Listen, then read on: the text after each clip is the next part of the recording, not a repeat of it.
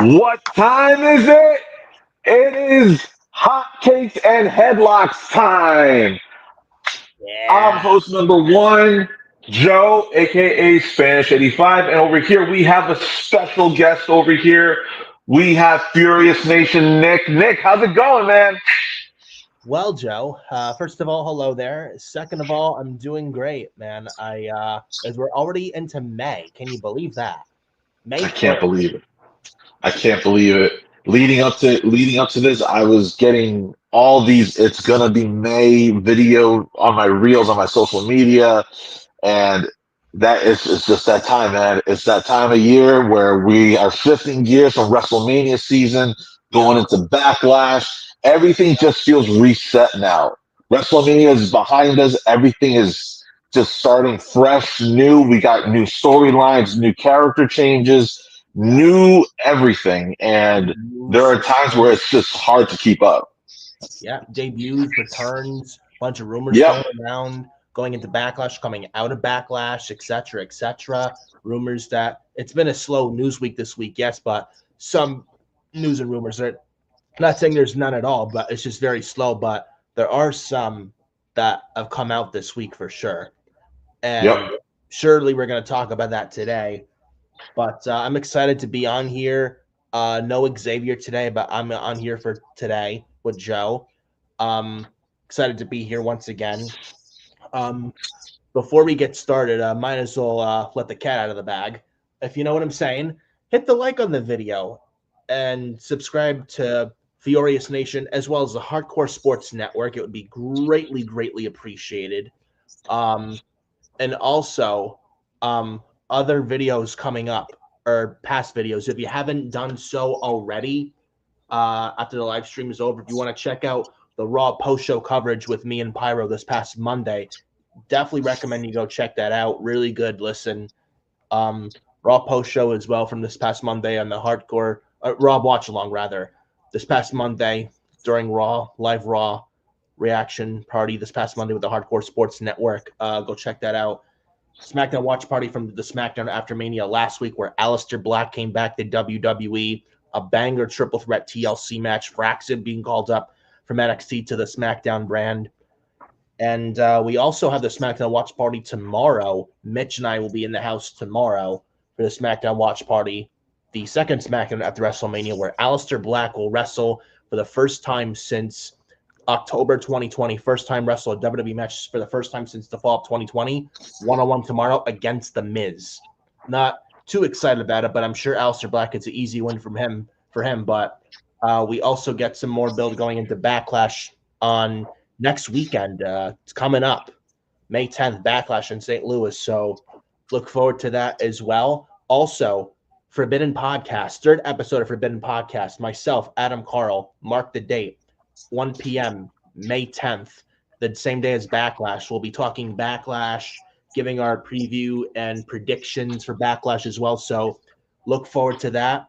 And also, Saturday night's main event is coming up Saturday, May 24th, Memorial Day weekend. Probably a watch party for that, as well as a watch party for NXT Battleground the next day, Sunday, May the 25th of 2025. It'll be the NXT Battleground watch party, myself and Adam Carl. So look forward to that as well. It should be a very, very good one.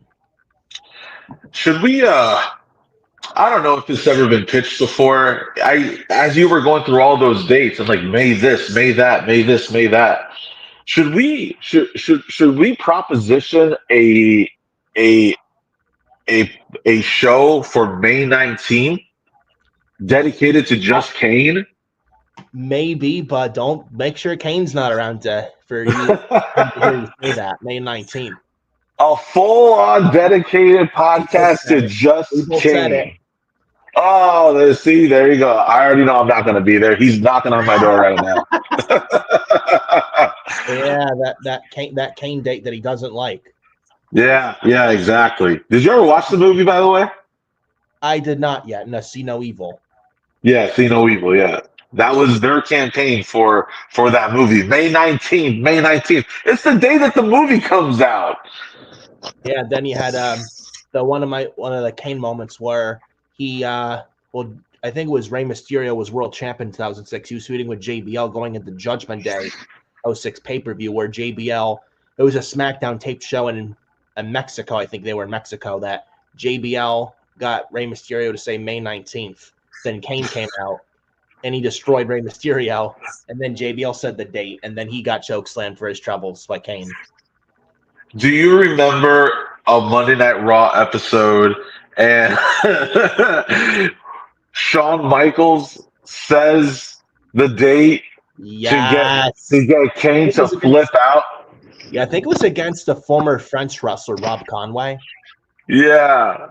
And it was like a yellow T-shirt said the date that Kane doesn't like, and he beat the crap out of this guy, did Kane. Yeah. And Shawn Oh Michaels, my like this guy was like dead and out, and Shawn Michaels was yelling 3 times to the microphone, May 19th, May 19th, May 19th. Then Kane was like all angry and just furious, and then he goes back in the ring, and he thought Rob Conway said it, though Shawn Michaels said it, and after he said the date the third time, he put the mic on the chest of Rob Conway. Kane turns around, the tombstone pile driver to Rob Conway, and he won.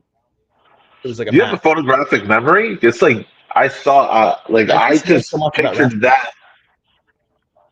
You just what? I know my history, man. I watch a lot of old stuff, and I know my history, man. Wow. There's some Wow. people are like wrestling encyclopedias, and man, they just know so much about pro wrestling. So Like, much.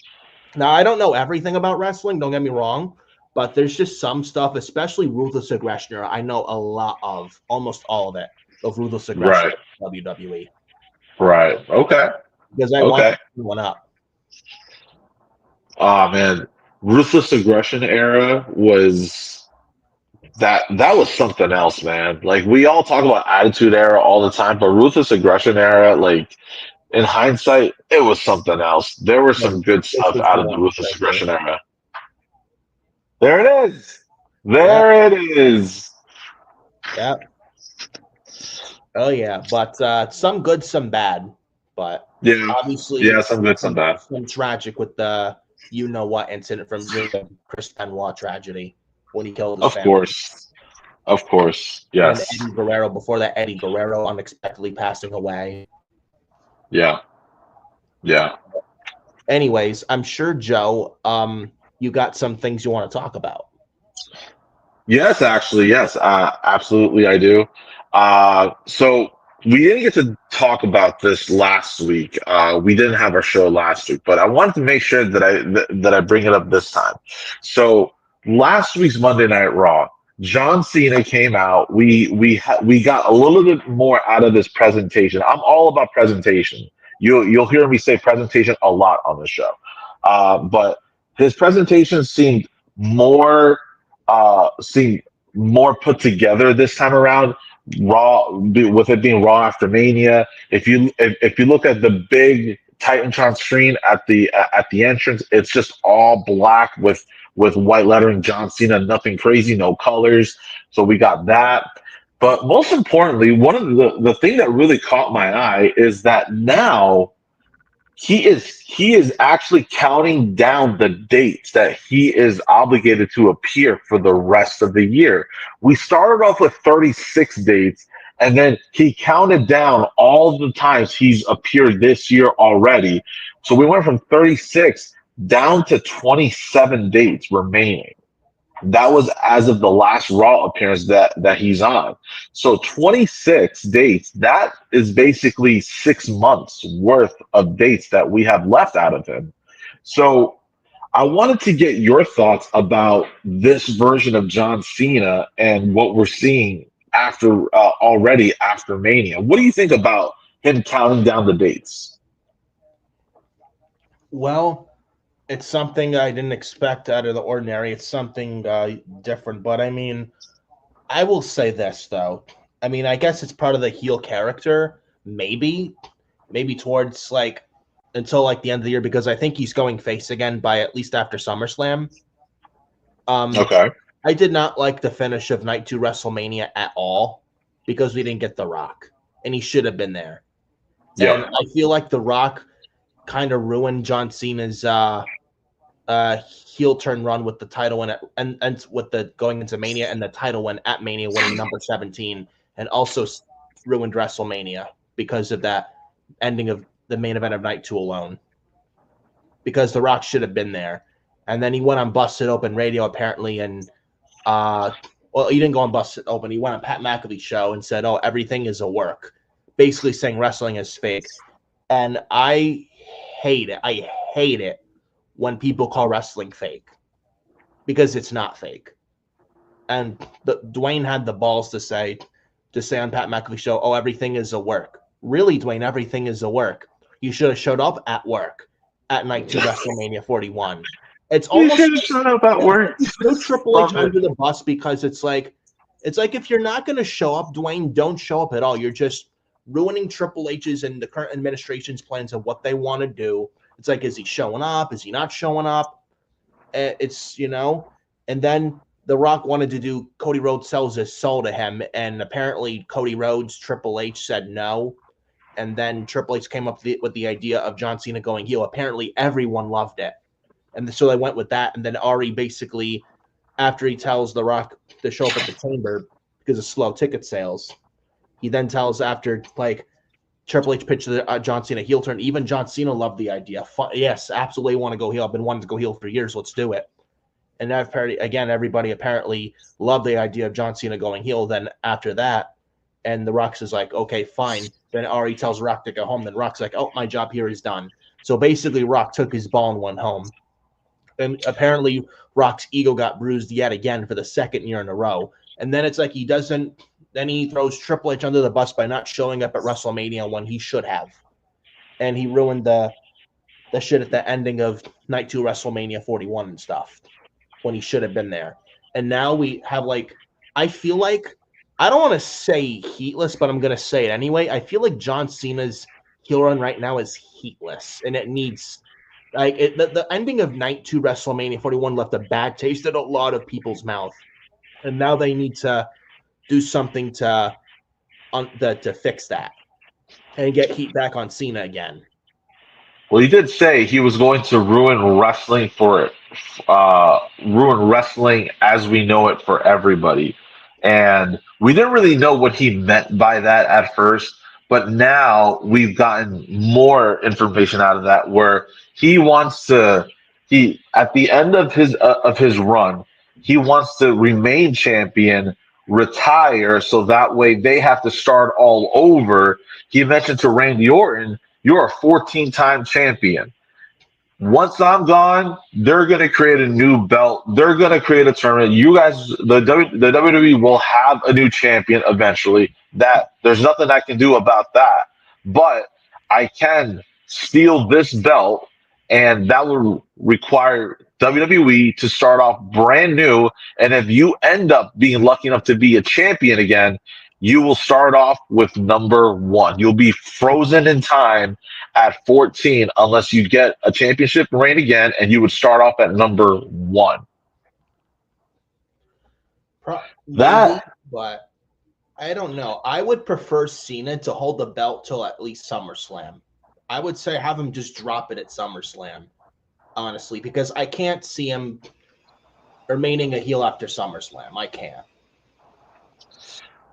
I think we can all agree that we expect Cena to be a babyface before his run is over. How that ends up coming to be, we're gonna find out eventually. But it's very uncommon for someone to have a heel run start and end so soon. Usually, a heel run you get 2 or 3 years out of it before you turn babyface again, and he's going to do all of that within the 2025 year. So how that comes to pass, I'm interested in finding out and how they do it in a way that it makes sense. Um, but him counting down his appearances, I thought about it. I've had a lot of time to think about it, and I I found myself comparing it to an Iron Man match. Okay, Okay. and this is why. Because In an Iron Man match, you start off with 60 minutes, and then you're counting down. The person with the most victories at the end of 60 minutes is declared the winner. I remember hearing on another podcast, one of the WWE insiders. It might have been Bruce Pritchard or maybe Eric Bischoff that I heard him say this, but they said that they don't like the Iron Man match gimmick. The reason being is that your passionate hardcore fans will watch the entire thing, but those that are not will, when the match is going to end. It's going to end in an hour, so that viewer is going to tune in and for the last 5 minutes just to see how the match ends.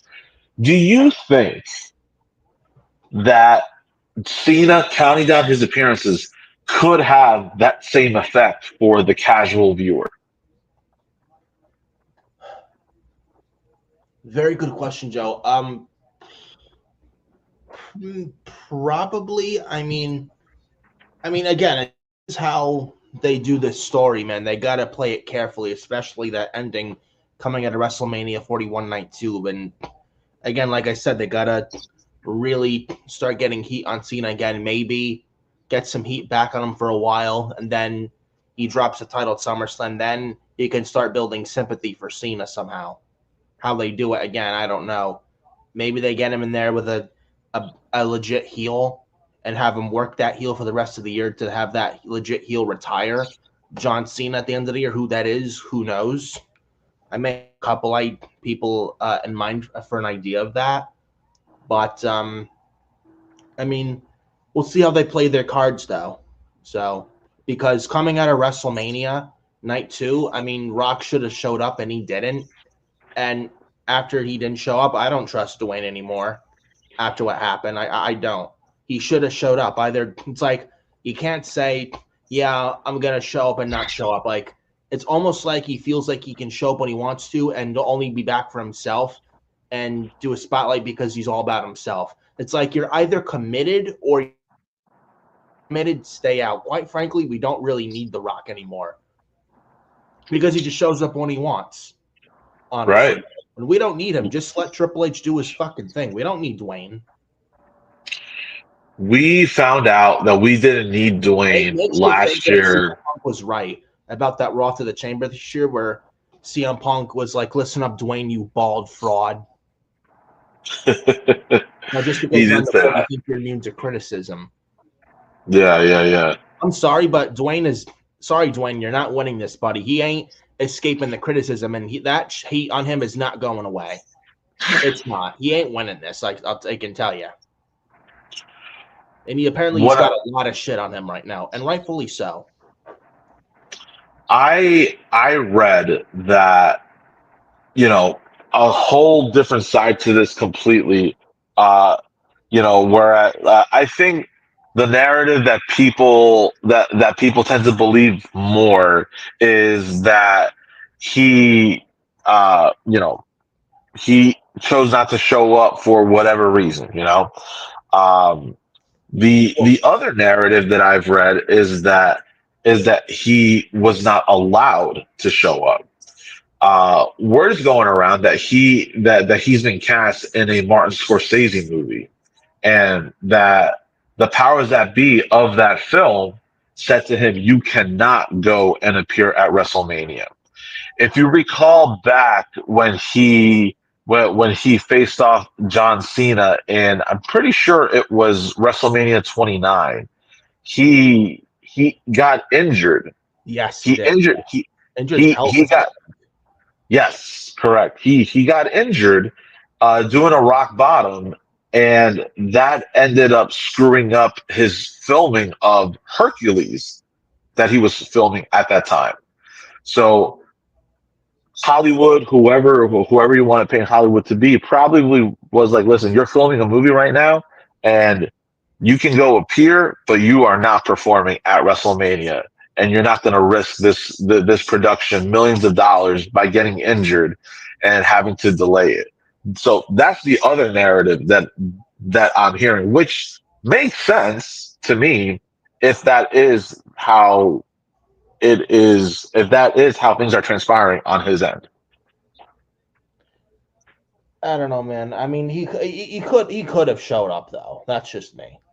He didn't even have to bump. He could have just showed up and that was it. No, you're right, absolutely. Because Cena's selling But his instead, we soul. got Travis Because Scott. Cena turned heel. That's because of The Rock. Cena sold his soul to The Rock. You're not gonna have Cena sell his soul to Rock at the Chamber and then have Rock show up at Mania. That's just ridiculous. It's absolutely asinine. And Yeah, if Rock wasn't gonna show up at WrestleMania, South Cena turned heel at the Elimination Chamber. You could have done the Cena heel turn at WrestleMania. That would have came off a lot bigger because yep. nobody would have expected it, and it would have been one of the most talked about moments in WrestleMania history. And like tons of people would have been talking about it for days, weeks, But what we got and it would instead have made was a WrestleMania heel week turn, like very good. And like and Mania, it would have made Mania 41 one of the most talked about.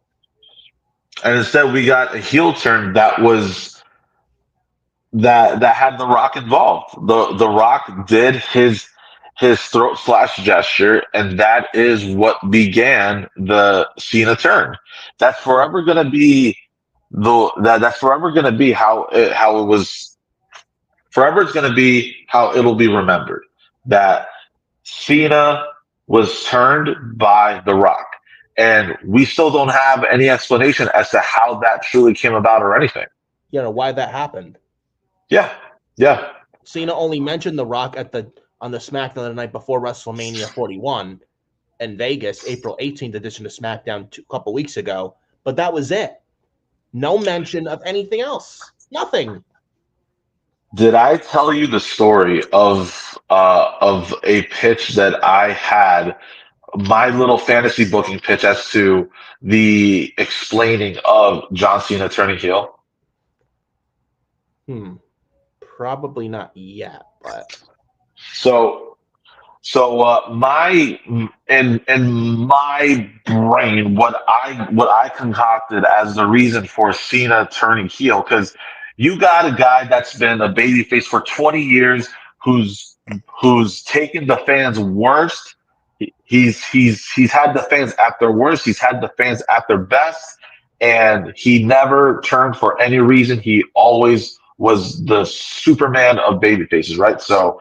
yeah. Um, what I was thinking is at some point, Cena got compromised by The Rock prior to Elimination Chamber, not just by The Rock, but also by Karrion Cross. Now, Karrion Cross has been on this thing about trying to pull out the inner heel out of everybody to get them to turn, right? That's been his shtick for the last few months. And it's sort of worked with with some of the some of the people he's interacted with. New Day being one of them, for example. So the point that I'm trying to get to is in my little fantasy world that I made up, Cena was compromised by The Rock and Karrion Cross through some backstage torture, hypnotize, brainwash, whatever, and similar to how Return of the Jedi, where Emperor Palpatine executed Order 66, and then immediately all the clones turned on the Jedi. Uh-huh. The Rock did the throat slash gesture, immediately activating something within John Cena. Now he's a heel, and now this is what we have going forward. And now post WrestleMania, we our heroes find out that Cena is not truly being himself. He is something that was forced upon him by these people, and now the story changes from beating Cena to get something back that was lost. The story changes from that to we have to save Cena from The Rock and Karrion Cross. Yeah. That's my little pitch. That's my little fantasy booking thing that I came up with to sort of explain why Cena is the way he is. And funny enough, just to take this even further, I called Busted Open one day before WrestleMania. It was the Thursday before WrestleMania. I called Busted Open. I was the last caller 3 minutes before the show ends, and I made this post WrestleMania pitch to Bully Ray and David Dave LaGreca. LaGreca. Yeah. Do you Shout want to out to know the Busted Open, but and shout out to Busted Open, by the way. I do watch them, so shout out to them? Yes, I love that show. Do yeah. you know what Dave Follow the Bully LaGreca's Ray and response to me David Martin. was? I'm sorry. Do you know what their response to me was after hearing my pitch? Let's Do you hear it. want to know? I'll tell you word for word. He says, I fucking hate it. I fucking hate it. I fucking hate it. I fucking hate it. I fucking hate it. I fucking hate it. Fuck! Must have been Dave LaGreca. I can imagine That that. was that was Dave LaGreca. And as he's going through his rant of how much he hates it, you hear Bully Ray chuckling in the background. So my pitch did was not well received at all. They're like, if that ever came to be as to why John Cena turned heel, I'll stop watching wrestling altogether. I will stop completely. Is what Yeah. Dave LaGreca said. Oof. Yeah. I mean, you gotta have it make sense though. That's the thing. Like with the like if there's involved Cross, how does he? You gotta have him like, what does he have to do with Cena and Cody Rhodes? That's a thing. But Right. But yeah, so what do you think? What do you think about this fantasy booking that I had for why Cena turned heel? What do you think? Could it work? Perhaps, well, maybe. No. I would say probably like And be if like honest. Be Cena one and hundred percent honest. like I say the turn didn't happen at the Chamber, right? We still had that Cena and the Raw UK tour. And you have Karrion Cross after Cena cuts a promo in the UK, he goes backstage and he meets Karrion Cross face to face. And Cross can somehow tell John, I look at a crippled old man who's not what he used to be. And they could have done that way to Cross to get into Cena's head. Right. And maybe and Cody Rhodes was appearing on Raw as champion, even though he was from SmackDown going into the WrestleMania build coming out of the Chamber anyway. Then you could have had a Raw match with Cody Rhodes and Karrion Cross. And maybe that's how you could have involved Cena possibly going heel at WrestleMania instead of the Chamber. But probably to have him like all involved, but it probably would have made it would have made no sense. No sense. Yeah, I shot my shot. I'm glad that I shot my shot. I I made a recording. I made a video recording of my Alexa speaker as as uh, as the response was taking place. Leif Greca to me to that response. So I have that forever. If you're subscribed to Spotify or wherever you get your podcast, you can hear that episode the Thursday before Mania episode of Busted Open and hear that little tidbit when I was on the phone with them. But yeah, man, all I can say is I shot my shot. I'm glad that I did it. It'll always be a funny little memory as to how I got how I got completely just shut down with with my little fantasy booking pitch. And Dave LaGreca had none of it. Nope, he had none of it. What about Tommy Dreamer or Bob Bully Ray? So Tommy Dreamer was not on the show, and Bully Ray did not say anything to me. He simply just chuckled because he was hearing Dave LaGreca's rant as to how much my idea sucked. Sucked. It Yeah. sucked. I swear, man. He literally just said, "I fucking hate it. I fucking hate it. I fucking hate it. I fucking hate it. I fucking hate it." That's exactly what his response was.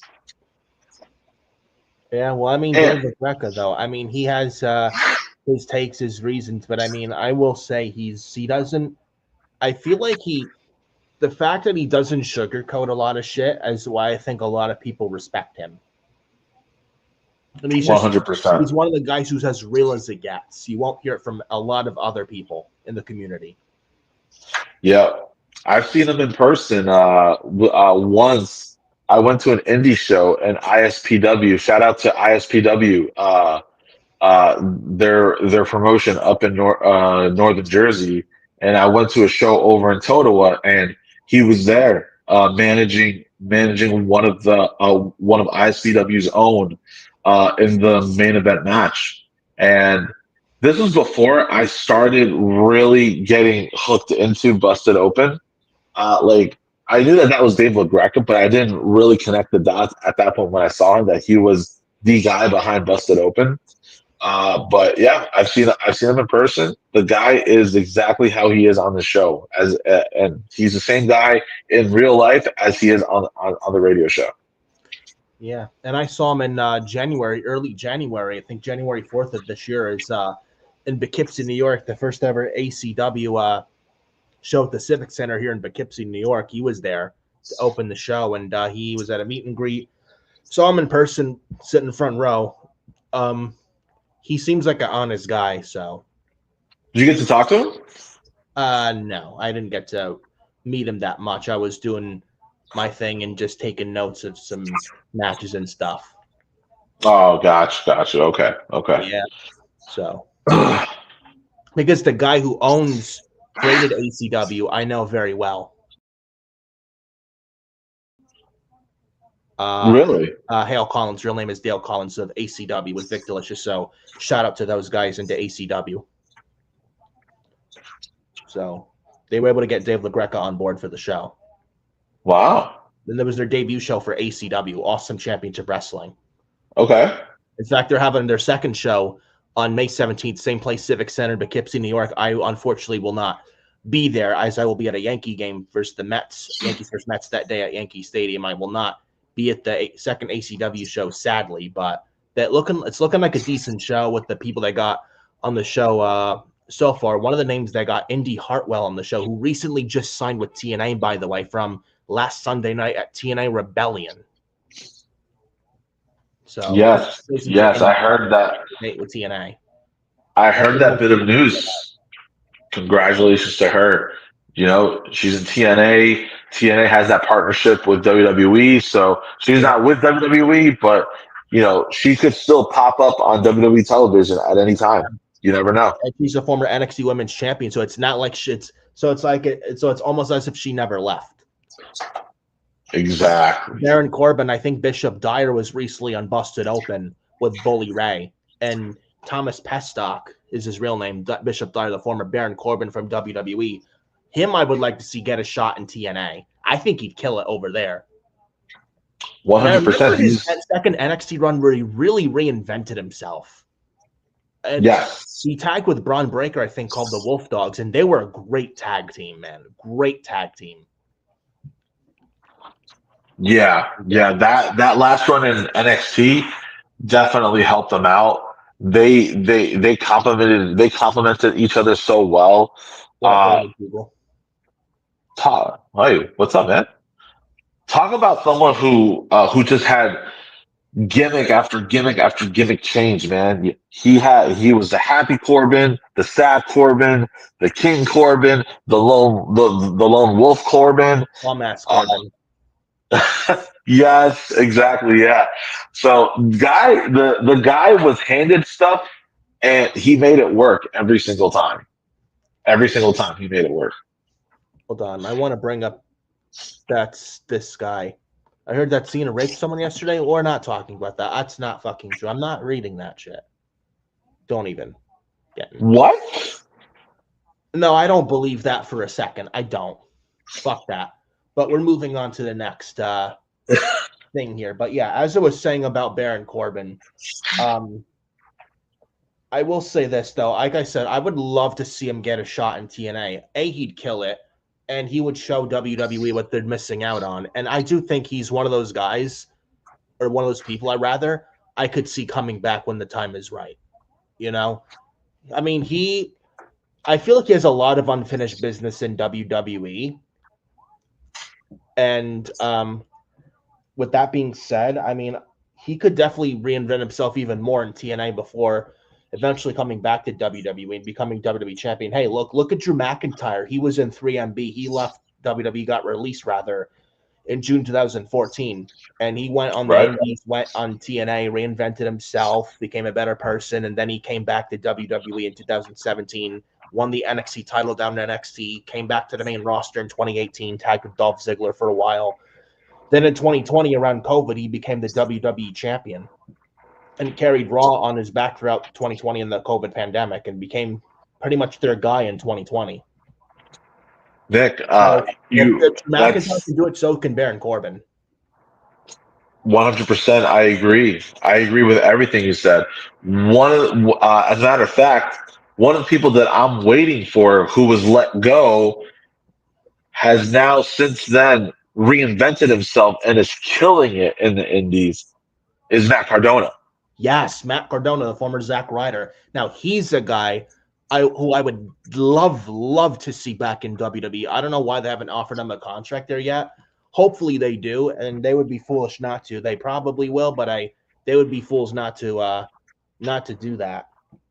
But I I don't would know hope that if it's I don't know if it's the old regime that was keeping him out, but old regime is gone, and we have a new regime now, and hopefully somebody has already contacted him. There's something in the works, hopefully, for him to come back. His wife was just women's United States champion, yeah, not a Chelsea good reign, Green. but not a good reign. But she was recently a women's U.S. champion, and his wife Chelsea Green's there. Yeah, and I uh, I will agree to an extent that her reign was not good as far as length goes, but quality wise, she had an excellent reign in my opinion. I love the gimmick that she was using to to make that championship special, where she had the whole presidential aura around it. She had Secret Service. Her championship celebration was an inauguration. It was like all of this works, especially for her to be a heel because she's basically saying, even though she's Canadian, she's making herself to be more American than anybody else because she's the United States champion. Like how like that's entertaining for me, and that makes it so easy and fun to boo her when she comes out. That was such good creative for her, and it's such a shame that it's over already. I'm Yeah, happy to see Zelina Vega as the champion. She definitely deserves a singles title run for a long time, and I'm glad that she has it now. I just think that they could have held off on that just a little bit more, maybe like a pay-per-view win or something instead of a SmackDown win. yeah. I'm actually going to disagree with you on this show. I felt like it was okay at first, but then it overstayed its course. But the Secret Service. But I will say, happy for Zelina Vega. I don't expect her to hold the title that long. But you know what I would do with Chelsea Green? Bring back Matt Cardona, put him with Chelsea, have him be like a similar Edge and Lita back in the day. Oh, Alba Fire, Piper Niven are with Chelsea Green, but I would get Alba and Piper away from Chelsea, have them in the tag division, or have them be a tag for a while, then have one of them turn on each other. Because I remember watching NXT UK. Alba Fire was Kaylee Ray as NXT UK Women's Champion, had a very decent feud with Piper Niven throughout late 2020 around the COVID pandemic when NXT UK restarted after a hiatus when COVID-19 began. They had a decent feud at like the fall of 2020. I think they had a Falls Count Anywhere match for the NXT UK Women's title, and it was a good match. So, um, if they want to relive NXT UK days on SmackDown with Alba Fire and Piper Niven, I wouldn't mind it if that's what they want to do. That would be a yeah, nice upper mid card like feud if they want to yeah. entertain that idea. Chelsea Green, I'd get her. I would get her away from I would get Alba and Piper away from Chelsea. Get Matt Cardona back to SmackDown. Put him with his wife Chelsea and have him run roughshod as a new Edge and Lita, but like an upper mid card role on the SmackDown brand. That sounds like that would work really well. I definitely could see that as being the new Edge and Lita. Um, it could work. I think that could work. There's You definitely be obviously some bring some Cardona, tweaks needed. and then obviously you bring Cardona to but SmackDown back to SmackDown as a heel, Yeah. not as a babyface, not the woo woo woo Zack Ryder. That Zack Ryder's dead. Zack Ryder is dead. Dead, dead, dead, man. We got Matt Cardona. He's making it work, and I want to see this version of Matt Cardona back in WWE. Whether it be as a whether it be as a singles run or pair it up with Chelsea Green, because it could work both ways. Yeah. And Zelina Vega, who I would like, I don't expect her to hold the championship that long. I'm happy for her. She's decent in the ring. Maybe hold it for like a couple months, but I could see her feud with and drop the title to one of two people. Lola Vice, who's rumored for a main roster call up. Then maybe they do a draft after WrestleMania this year. I want to talk about that shortly after this. But either Lola Vice, who's rumored for a main roster call up, or if they do a draft this year in the future and they move American Made to SmackDown, why not give Ivy Nile the women's US title? You move American They Made to would SmackDown, you can have Ivy Nile and Chad Gable as respective United States champions on the SmackDown brand. they would be able to do a lot with that. American made. You got a United States champion there. Imagine if you had two United States champion, a men's United States champion, and a female United States champion. That would be awesome. And Hell yeah. then and then you also Yeah, add the Ray tag Phoenix titles and in there as well with Julius, yeah, with the Creed brothers. Yeah, the Creeds and like Fraxium or the Motor City Machine Guns or the Street Profits. For Chad Gable's a possible U.S. champ on SmackDown. If that's possible, maybe you could get Chad Gable and Ray Phoenix for this little program on SmackDown for the United States Championship. That could probably yeah, get. And if they do a draft this year, maybe they move Penta to SmackDown, get the Lucha Bros back together on SmackDown to feud with the Creeds. yeah. They get Oh the my Lucha Bros gosh. back. And they've teased that. And they teased it this past Monday on Raw where Chad Gable name dropped Lucha Bros. Yeah, yeah. It could happen. It's gonna happen one day. I know it will. Just what tag team should the Lucha Brothers go against first? Who do you think would be the Lucha Brothers' first opponents as a tag team? That's a very, very good question, Joe. Um, hmm. It's got to be on against a heel team that has some heel steam behind them. The New Day is definitely a no shot for sure. Um, I would John say Johnny Gargano and yeah, Johnny Gargano and Gargano, maybe if Gargano and Ciampa. Yeah, that's if they don't break them up though, correct. Yeah, if they don't break them up. Yeah, but because they've been Gargano and teasing Ciampa against the Lucha Brothers, that would be such a good match. it would. Or if you want to turn the Motor City Machine Guns heel, Oh yes, give me that. because I don't know Give how me you that. feel. I like the Motor City Machine Guns. I like Chris Sabin and I like Alex Shelley. Don't take it the twisted wrong way. But after a while, I've noticed there's something missing with them, and they're not really working out right now. They're coming out to no reaction. I don't know what it is. Like, is it like no character? The "Hi, I'm happy to be here" character, which is running dry and thin, and they really need a heel turn, like something, like to get them to where they need to be. Because first couple months they were hot, but then after that, and especially after since they lost the tag team titles at DIY, that's when the Motor City Machine Guns start to slowly go down.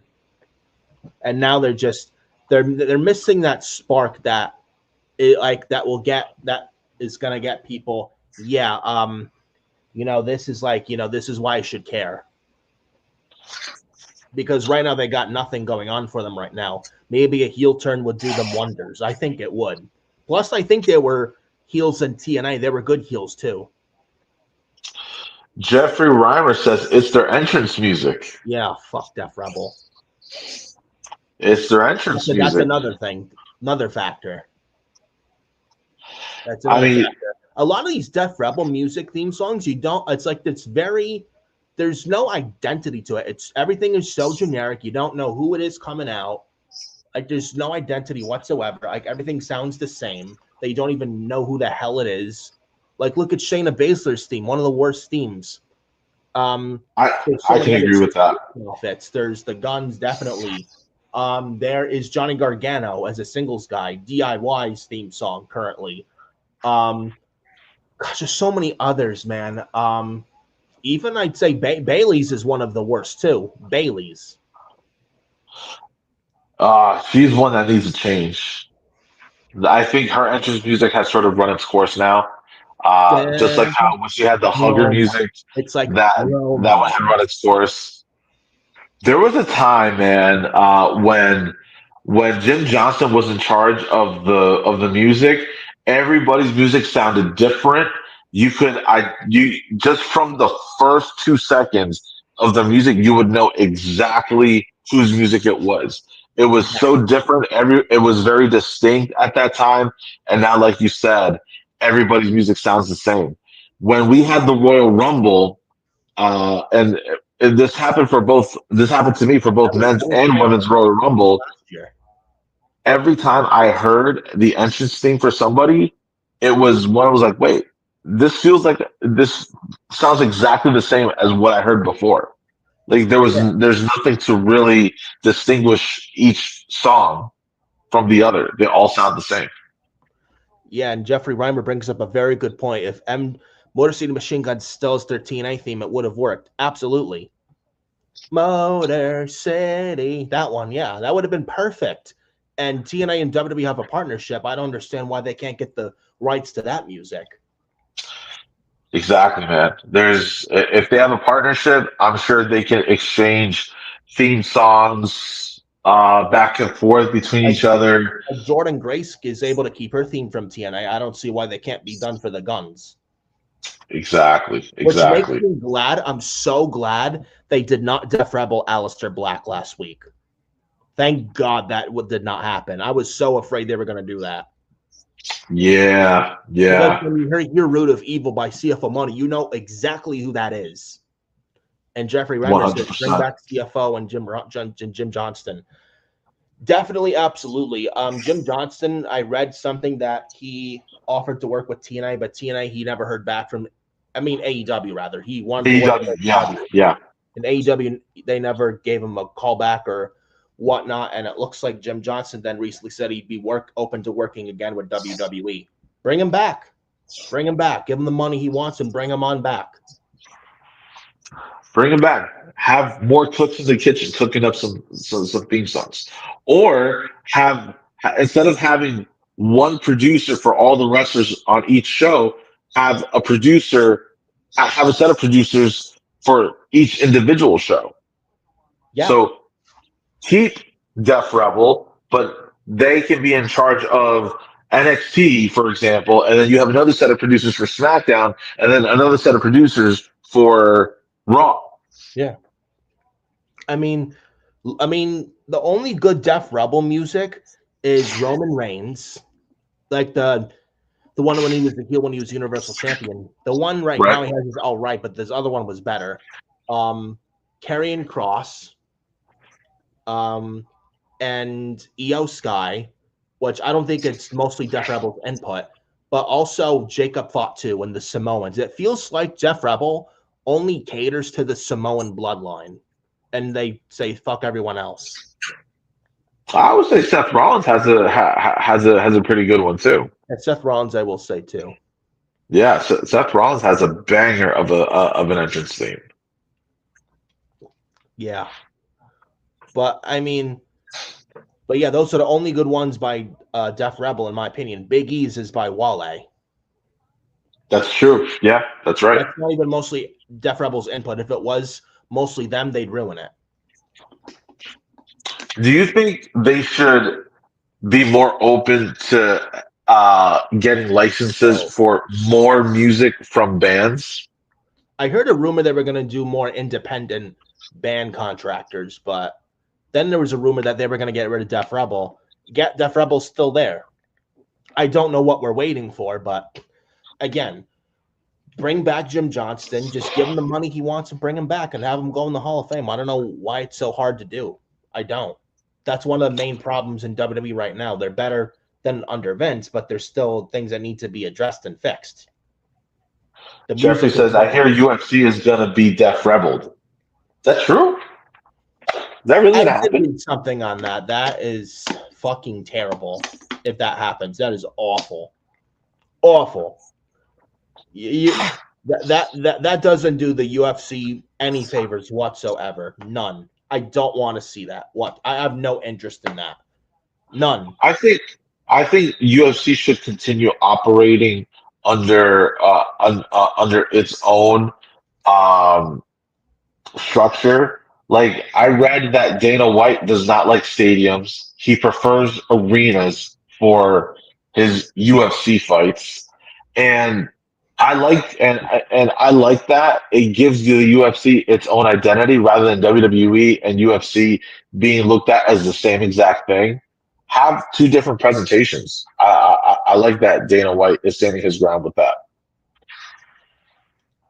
Yeah, but they gotta fix the whole theme music soon because it's just unbearable to listen to a lot of these musics and you don't know who the hell it is and you wonder why no one gets over on Raw and SmackDown because of shitty theme music. You wonder why. Jeffrey says whole bloodline themes are okay. Just okay? I do Because like Jacob Fatu's music though, but that's one of the only few good ones that is good by Def Rebel. Jacob Fatu's is very good. um, I don't recall if they're Def Rebel, but I'm liking I like Jimmy's and Jay's theme songs. Those are good. I Roman Reigns is great. Who else is there? Oh, the ones that I don't know. I don't know what Tama Tonga's and Tonga Loa's theme music is. Yeah, They probably sound exactly the theirs is same. fun. Solo Sokoa's is actually very good. The Taking It All. Solos is good, 100%. I agree with that. Yeah. Rhea Ripley's is good, but it's mostly by Motionless in White. Yeah, Rhea Ripley's current theme. It's not even mostly Def Rebels. yeah. I mean, they got Motionless in White to they got the license for them. They have the license to use Living Color for CM Punk, which, Yeah. by the way, loved seeing Living Color perform live for CM Punk's entrance at WrestleMania. And let's I not love forget that. Killswitch Engage, This Fire Burns. Oh yeah, Yes. Cody Rhodes is by Downstate. Kingdom by Downstate. The same band Downstate that produced the current theme music for The Miz and did it also for Dolph Ziggler, the Here to Show the World when he was in WWE when Dolph Ziggler was there, currently Nick Nemeth in TNA. I think Matt Cardona / Zack Ryder had Downstate music before his WWE release 5 years ago. Cody's is good. Adrenaline in my soul. Every thought out of control. Yeah. Do it all to get them off their feet. Whoa. I think Dude, Britt for the Baker from AEW has some downstate music too. So if she ever goes to WWE when she's free to do so when her AEW deal is up, I'm hoping she's able to use her AEW theme because I think her AEW theme, her current one, where it's like the doc, we'll see you now. I think I read that's by Downstate. So maybe she's able to use that theme, and if she ever wants to jump ship to WWE when she's free to do so. it is by Downstate. You are correct, sir. If you You look it are up, I did correct. like several weeks ago, and I'm like, I hope she's able to use this in WWE. Hopefully, Downstate, man.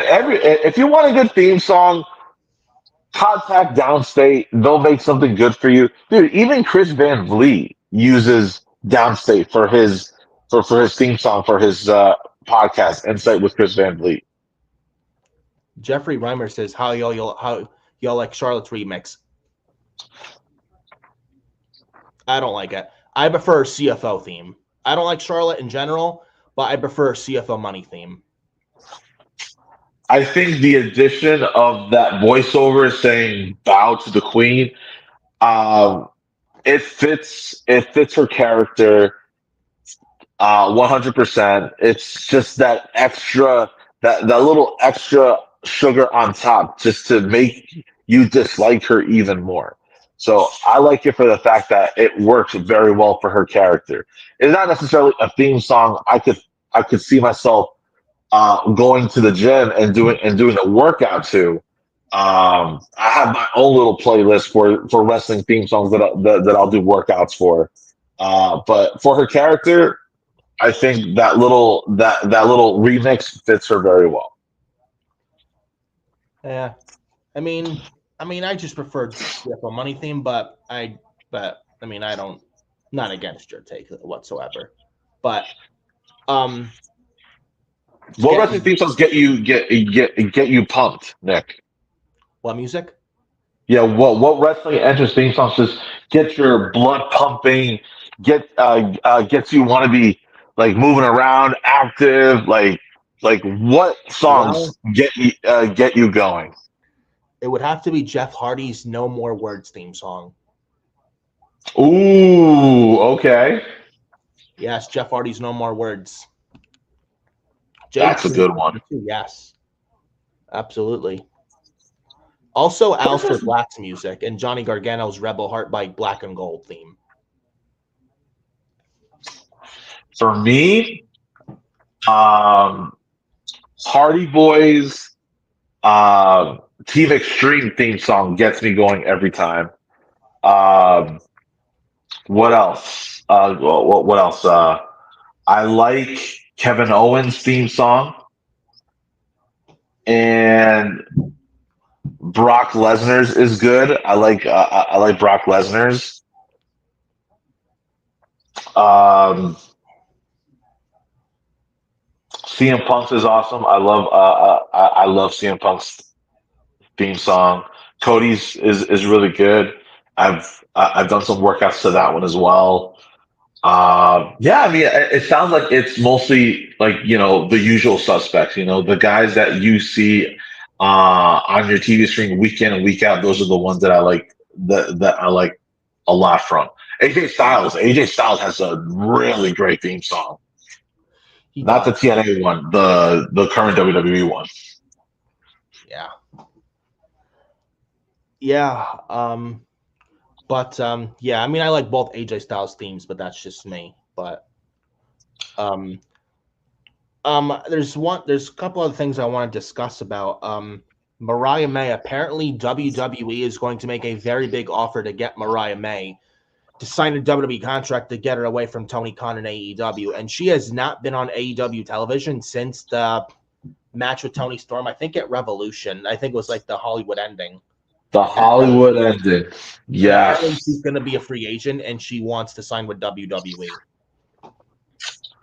It's like AEW is becoming the unofficial uh Feeder system, the yeah, developmental. exactly. Yeah, an unofficial developmental system for people that want to end up going to WWE because this year alone, how many people did we get signed to WWE that came from AEW? Like I think we have at least five this year alone.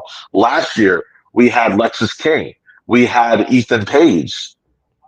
Yes. And I think that was about it. But this year we're seeing Penta, Phoenix, or Ray Phoenix rather, Rusev, Aleister Black, Ricky Starks, now Ricky Saints. Now next possibly Mariah May. Yep. And Paige Yep. and Saraya slash Paige left. I'm expecting probably more like Thunder Rosa when her deal's up, Britt Baker.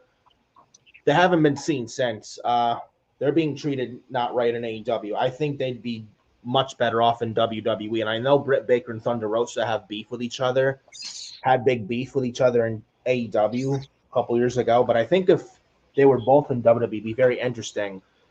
Them not getting along in AEW, I don't think the same things with them would happen in WWE if Britt and Thunder were both in WWE. As far as female wrestlers are concerned for AEW, like when Tony has his flavor of the month, His right? favorite toy. They'll get some TV time. He'll As highlight he's like them, playing with it, he's like a little kid playing with his toys. right? But the ones that he clearly has more commitment to are only two: Mercedes Moné and Tony Storm. Those are the two that he has the most commitment to. I would say if you were to add a third one there, it would be Thunder Rosa, but her appearances are not They're consistent. not doing She shit. goes away, she comes back, right? but the most consistent ones are Mercedes Moné and Tony Storm.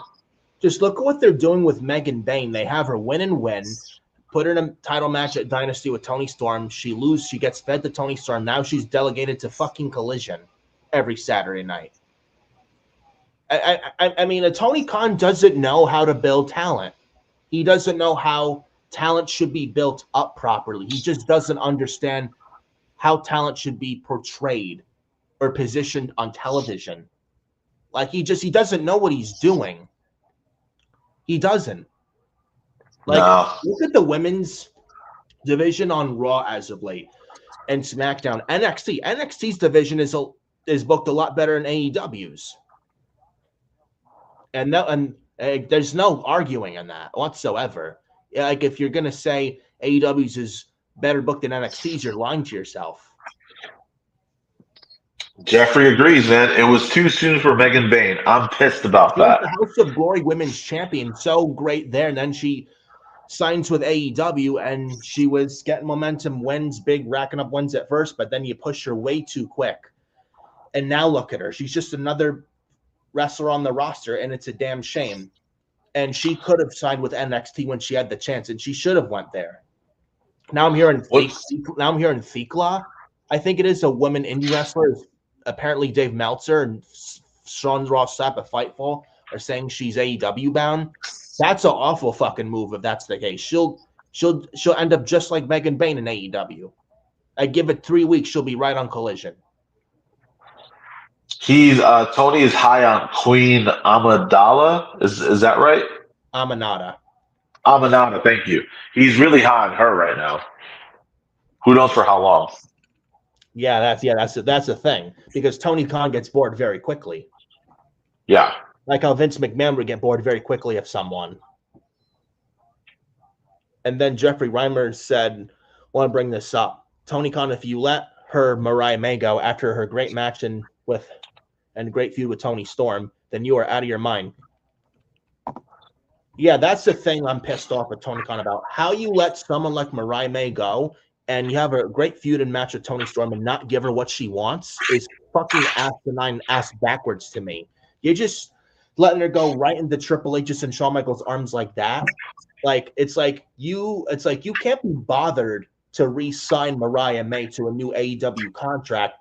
But no, let's do a random 8-man tag on Dynamite last night that nobody gives a flying fuck about with Ricochet, the Bucks, and Okada versus Omega, Speedball Mike Bailey, Mark Briscoe, and who's the other guy in there? I'm trying to remember his name. Mark Briscoe, Omega, Speedball, and shit. I have the name. Oh, it's come on. It is Mark I think Knight or like that new guy, Kevin Knight. Oh, okay.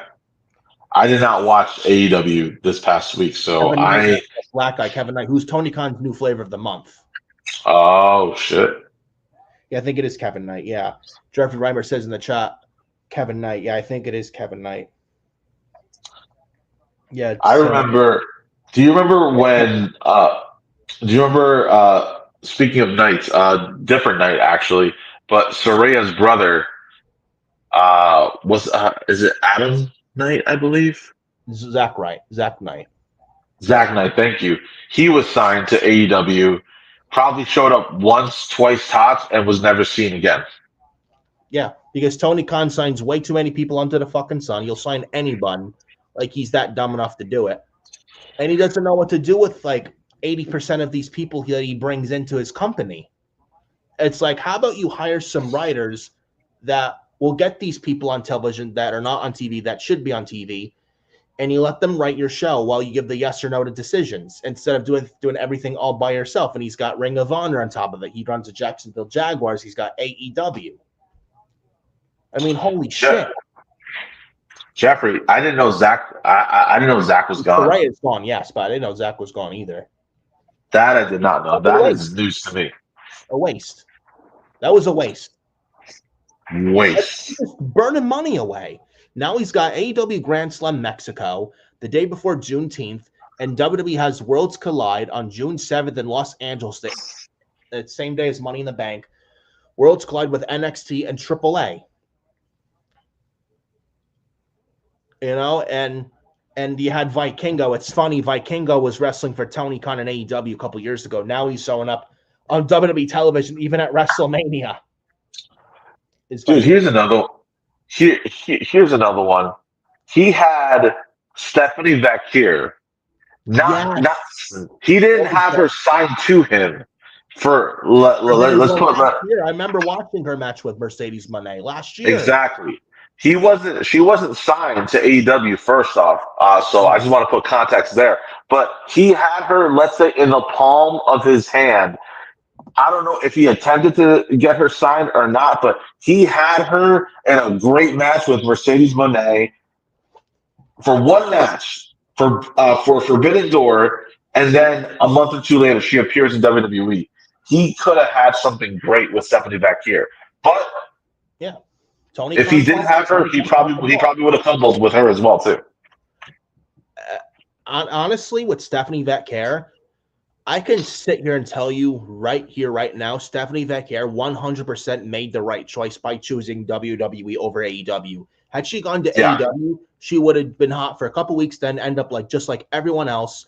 Like, look at her in NXT. She was a double champion. That would never happen with her in AEW. Look at Mercedes Moné. She doesn't want to lose, and now she's 4 belts Moné, apparently. Stephanie would have never got close to that treatment, half of that treatment in AEW, like she has gotten recently with NXT. Agreed, man. Agreed. And Stephanie Vacquier is now one of the top females in NXT, most likely called up to the main roster by SummerSlam, and she's going to be a big star on the main roster, and she's going to be a big fucking deal in the WWE for years to come.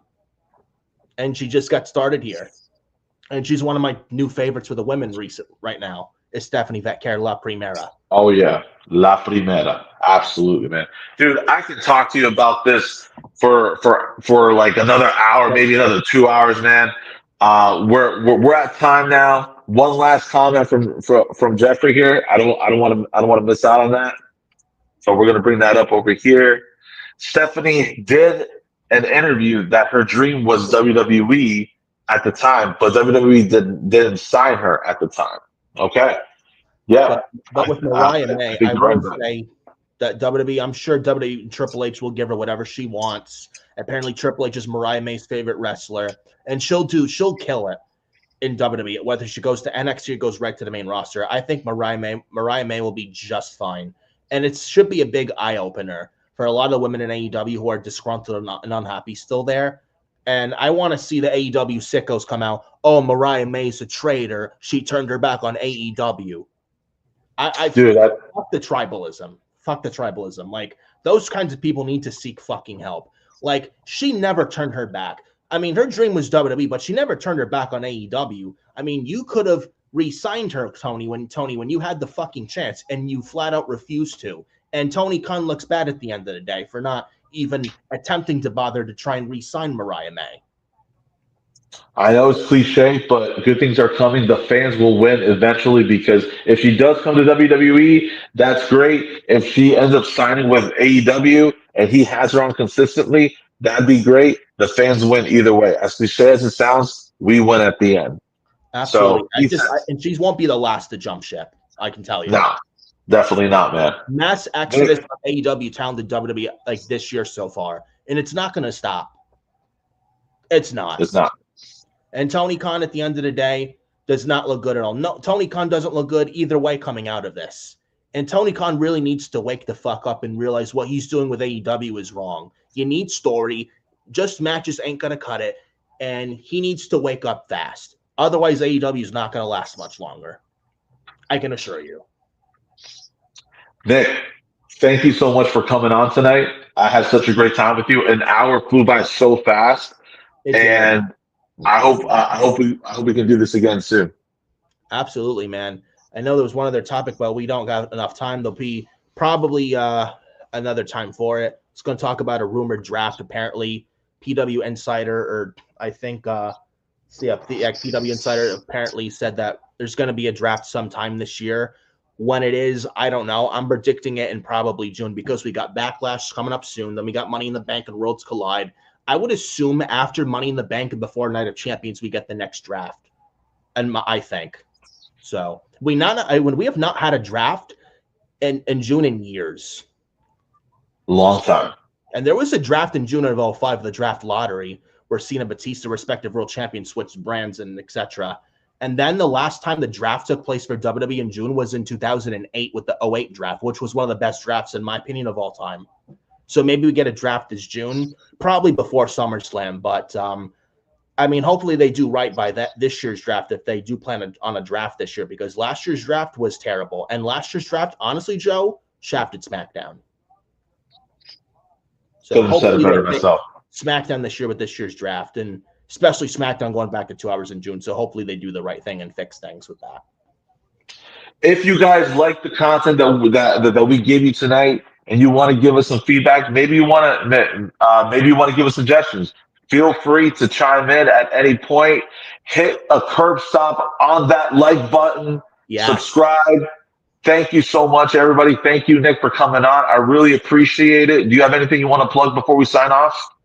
Well, you hit a curb stomp on the like button. You could hit a spear on this subscribe, and hit the bell while also hitting the bell for all notifications.